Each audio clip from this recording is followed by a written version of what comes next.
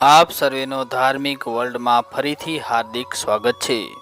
ભાદરવા મહિનાની પૂનમથી લઈ અને અમાસ સુધી એમ કુલ 16 દિવસ સુધી પિતૃપક્ષ ઉજવવામાં આવે છે।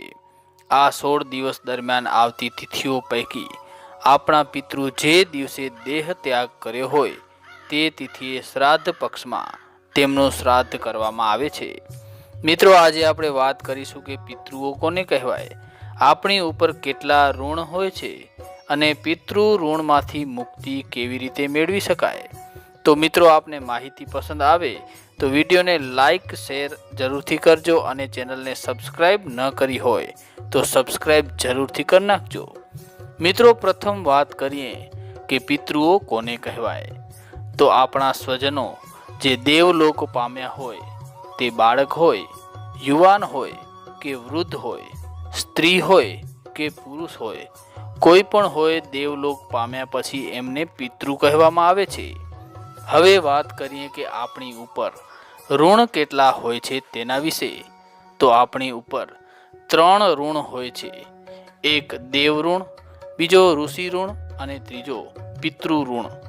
જ્યારે બાળક માતાના ગર્ભમાં હોય ત્યારે ભગવાનને પ્રાર્થના કરે છે કે ગર્ભરૂપી નરકમાંથી મુક્તિ આપો, હું ધર્મનું આચરણ કરીશ એવું વચન આપે છે અને પરમાત્મા એ બાળકને જન્મ આપે એટલે પ્રથમ ઋણ દેવનું હોય છે। પછી આવે છે ઋષિ ઋણ, ધર્મનું આચરણ કેવી રીતે કરવું, જીવન કેવી રીતે નિર્વાહ કરવું, એ ઋષિ મુનિઓ દ્વારા જે સિદ્ધાંતો અને ધર્મ જ્ઞાન મનુષ્યને પ્રાપ્ત થયું છે એટલે મનુષ્ય જાતિ ઉપર ઋષિ ઋણ લાગે છે।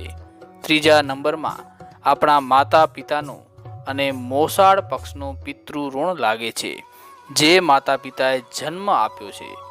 હવે 3 ઋણમાંથી કેવી રીતે મુક્ત થઈ શકાય તેના વિશે વાત કરીએ તો પ્રથમ દેવ ઋણમાંથી મુક્ત થવા માટે દરરોજ દેવ દર્શન કરવા, ધર્મનું આચરણ કરવું, દેવ પૂજા કરવી।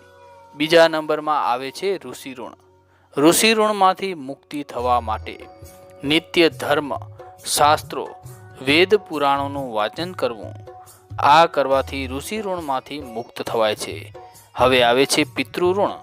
પિતૃ ઋણમાંથી મુક્ત થવા માટે ઘણા બધા મંતવ્યો છે, પણ ગરુડ પુરાણમાં કહ્યા પ્રમાણે સૌ પ્રથમ તો જ્યારે મનુષ્ય દેવલોક પામ્યા પછી એની પાછળ 11માની અને 12માની 13માની વિધિઓ કરવામાં આવે છે અને 12માના દિવસે પિંડદાન કરવામાં આવે છે અને એક પિંડ ચાંદીના તારથી વેરવામાં આવે છે, કારણ કે જ્યારે પિંડને વેરાય છે ત્યારે એ આત્મા પિતૃઓમાં પ્રવેશે છે।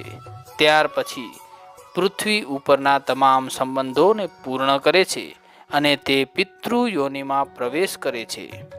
હવે શ્રાદ્ધ પક્ષ વિશે આપણે થોડીક જાણકારી મેળવીએ તો એક વાક્ય છે કે શ્રદ્ધયતિ ઇતિ શ્રાદ્ધમ। જે કર્મ પિતૃઓ માટે ખૂબ જ શ્રદ્ધાથી કરવામાં આવે છે એને શ્રાદ્ધ કહેવાય છે। શ્રાદ્ધ ભાદરવા મહિનાની પૂનમથી શરૂ થાય અને ભાદરવા મહિનાની અમાસના દિવસે પૂર્ણ થાય છે। શ્રાદ્ધ 16 દિવસના હોય છે। જે દિવસે મનુષ્ય દેહ છોડ્યો હોય તે દિવસે જે તિથિ હોય એ તિથિ જ્યારે શ્રાદ્ધ પક્ષમાં આવે છે તો એ દિવસે શ્રાદ્ધ કરવું। પિતૃ ઋણમાંથી મુક્ત થવા માટે ખાસ શ્રાદ્ધ કરવું જોઈએ। પિતૃઓ 3 આશીર્વાદ આપે છે, સંતતિ, સંમતિ અને સંપત્તિ। આ 3 આશીર્વાદ પિતૃ કૃપાથી પ્રાપ્ત થાય છે। પિતૃઓને સદગતિ માટે તમે તર્પણ, પિંડદાન, નારાયણ બલિ, પંચબલિ અથવા ભાગવત કથા પારાયણ પણ કરી શકો છો। અત્યારે પિતૃપક્ષ ચાલુ છે તો તમે તમારા પિતૃઓ માટે મહાલયા શ્રાદ્ધ પણ કરાવી શકો છો, બ્રહ્મ ભોજન પણ કરાવી શકાય છે અને કાગવાસ નાખવો જોઈએ।